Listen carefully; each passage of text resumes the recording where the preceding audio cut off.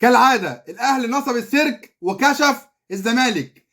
ليه بنقول كده؟ اهدى بس، عارف ان الاهلي خسران الدوري وزي الزفت السنه دي. انا بقول الاهلي نصب السيرك وكشف الزمالك للمره الثالثه على التوالي هذا السيزون، وهو في اسوأ حالاته. اداك في السوبر المصري البطوله الوحيده اللي الاهلي خدها 2-0، الدور الاول في الدوري 2-1، النهارده 3-0. عشان الاهلي في اسوأ حالاته بيعلم برضه على الزمالك. بس يا جماعه احنا كاهلاويه مش فرحانين، الاهلي بيفرح هو جماهيره بالبطوله وليس بمباراه.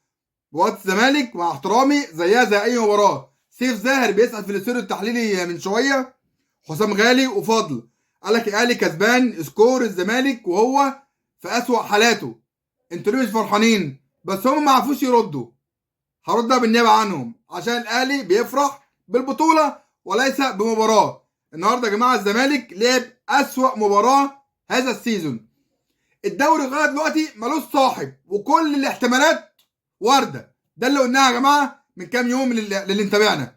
كل الاحتمالات وارده. ممكن الاهلي والزمالك وبيراميدز يوصلوا ل 53 نقطه. ساعتها بيراميدز يبقى بطل الدوري، الاهلي هياخد المركز الثاني بفضل المواجهات المباشره بينه وبين الزمالك، والزمالك يلعب كونفدراليه. يا لو على السيناريو ده لو حصل جماهير الزمالك هتتجلط فيها. ده سيناريو وارد جدا. وارد ان بيراميدز يتغلب ماتشين والزمالك يتغلب ماتشين والاهلي يكسب ماتشين والاهلي ياخد الدوري. ده وارد مع انه مستحيل، بس 1% ممكن يحصل. فكل الاحتمالات يا جماعه وارده، والدوري ده ملوش صاحب. الاهلي في اسوأ حالاته، لا الزمالك عارف ياخد دوري ولا بيراميدز عارف ياخد دوري. فيا جماعه الزمالك عشان لو عايز ياخد دوري وجماهيره اللي صدقت الحلم فيه لازم يكسب الماتشين الجايين دول من غير ما يبص على الاهلي وعلى بيراميدز ياخد الدوري. الدوري يا جماعه عشان اكون صريح معاكم بعد جدا عن النادي الاهلي، برغم النهارده الاهلي كسب بس مالهاش علاقه دي. فيا جماعه كل الاحتمالات وارده. تخيل لو السيناريو ده كله وصل ل 53 نقطه، ايه اللي يحصل؟ ايه اللي يحصل؟ والزمالك يرجع تاني كونفدراليه. هيبقى سيناريو صعب وقاسي على جماهير الزمالك اللي صدقت حلم حصولها على الدوري. بس يا جماعه الزمالك لا زال الاقرب وفي ايده. لو الزمالك عايز ياخد دوري لسه المساله في ايده.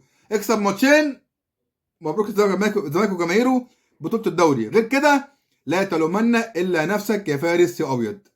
شكرا يا جماعه وكل التوفيق للنادي الاهلي دايما، اللي احنا كجماهير الاهلي بنشجع الكيان وزعلانين جدا من اللعيبه دي، ورغم كده لا فرحانين ولا اي حاجه. اللعيبه دي لازم تتفور السنه الجايه، ولازم يحصل احلال وتبديل السنه الجايه عشان كتر المعلمين في الفرقه مش هينفع.